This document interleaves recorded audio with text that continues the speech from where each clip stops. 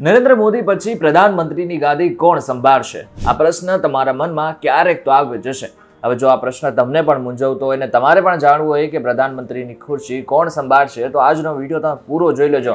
કારણ કે એક સર્વે કરવામાં આવ્યો છે જેમાં લોકોને આ પ્રશ્ન પૂછવામાં આવ્યો છે અને લોકોએ જે જવાબ આપ્યો છે, જે વ્યક્તિના નામ લીધા છે ને, એ જાણીને કદાચ તમે ચોંકી જશો.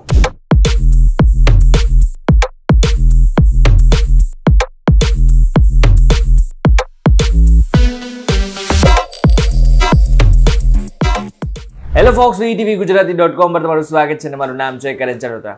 2024ની લોકસભાની ચૂંટણી જ્યારથી પૂરી થઈ છે ત્યારથી રાજકીય નિષ્ણાંતોના મનમાં આ પ્રશ્ન મૂંઝવી રહ્યો છે કે પ્રધાનમંત્રી નરેન્દ્ર મોદી પછી પ્રધાનમંત્રીનું પદ કોણ સંભાળશે? ના માત્ર રાજકીય નિષ્ણાંતો પરંતુ ભાજપના જેટલા પણ સમર્થકો છે તેમના મનમાં પણ આ જ પ્રશ્ન મૂંઝવી રહ્યો છે. કારણ કે છેલ્લા 10 વર્ષની વાત કરીએ તો છેલ્લા 10 વર્ષથી પ્રધાનમંત્રી પદ ઉપર નરેન્દ્ર મોદી બેઠા છે અને ત્રીજી ટર્મની શરૂઆત પણ થઈ ગઈ છે. અને આ ત્રીજી ટર્મ જ્યારે પૂરી થશે ને ત્યારે પ્રધાનમંત્રી નરેન્દ્ર મોદીની ઉંમર લગભગ 75 વર્ષની થઈ જશે. હવે ના માત્ર આ લોકોને પરંતુ સામાન્ય જનતાને પણ આ જાણવામાં તો ચોક્કસ રસ હોય છે કે પ્રધાનમંત્રી નરેન્દ્ર મોદી જો પ્રધાનમંત્રીની ખુરશી ખાલી કરે છે તો કોણ નવા પ્રધાનમંત્રી હશે? એટલે કે બીજેપીમાંથી કોણ એવો ચહેરો છે કે જે પ્રધાનમંત્રીની ખુરશી સંભાળી શકશે? તો આ બધાને લઈને નેશન ઓફ ધ મૂડ નામનો એક સર્વે બહાર પાડવામાં આવ્યો છે અને જે નામ સામે આવ્યું છે ને એ ચોક્કસથી તમને ચોંકાવી દેશે. આ લિસ્ટમાં યુપીના સીએમ યોગી આદિત્યનાથ, ભાજપના દિગ્ગજ નેતા અને કેન્દ્રીય મંત્રી નીતિન ગડકરી, કેન્દ્રીય ગૃહમંત્રી અમિત શાહ, રક્ષા મંત્રી રાજનાથસિંહના નામ પણ ચર્ચામાં છે. મૂડ ઓફ ધ નેશન નામનો સર્વે જ્યારે કરવામાં આવી રહ્યો હતો અને એ પણ ઓગસ્ટમાં, ત્યારે બહાર પડ્યું છે કે 25% લોકો એવું માને છે કે અમિત શાહ જે છે એ પ્રધાનમંત્રીનું પદ સંભાળી શકે છે, જ્યારે બીજા નંબર ઉપર યોગી આદિત્યનાથ અને ત્રીજા નંબર ઉપર નીતિન ગડકરી છે. હવે મૂડ ઓફ ધ નેશન જે છે એ દર 6 મહિને બહાર પાડવામાં આવે છે અને છેલ્લા 2 સર્વેમાં 28 અને 29% લોકોએ માન્યું હતું કે પ્રધાનમંત્રી પછી કોઈ હોય તો એ છે અમિત શાહ. એટલે કે અમિત શાહને લોકો પ્રધાનમંત્રી તરીકે જોવા માંગે છે. હવે મજાની વાત તો એ છે કે દક્ષિણના રાજ્યોમાં જ્યારે આ સર્વે કરવામાં આવ્યું ને ત્યારે 31% લોકોએ માન્યું છે કે પ્રધાનમંત્રી નરેન્દ્ર મોદી પછી કોઈ સંભાળી શકે પ્રધાનમંત્રીનું પદ તો એ છે અમિત શાહ.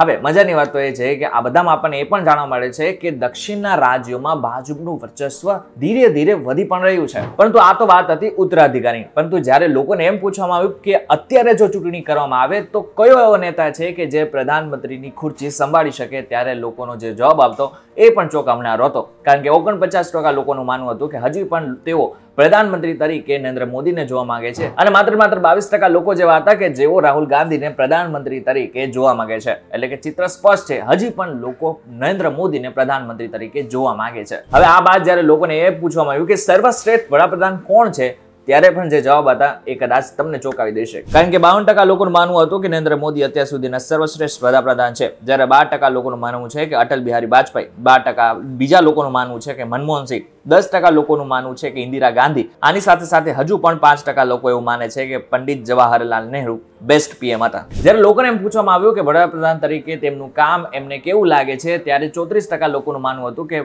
સારું છે. આ સાથે 15% લોકોનું એવું કહેવું હતું કે જે પ્રદર્શન છે એ સરેરાશ છે, જ્યારે 10% લોકો એવું માની રહ્યા હતા કે પ્રદર્શન ખરાબ છે. આ સાથે 13% લોકો એમ પણ માની રહ્યા હતા કે વડાપ્રધાન તરીકે નરેન્દ્ર મોદીનું પ્રદર્શન ખૂબ જ ખરાબ છે.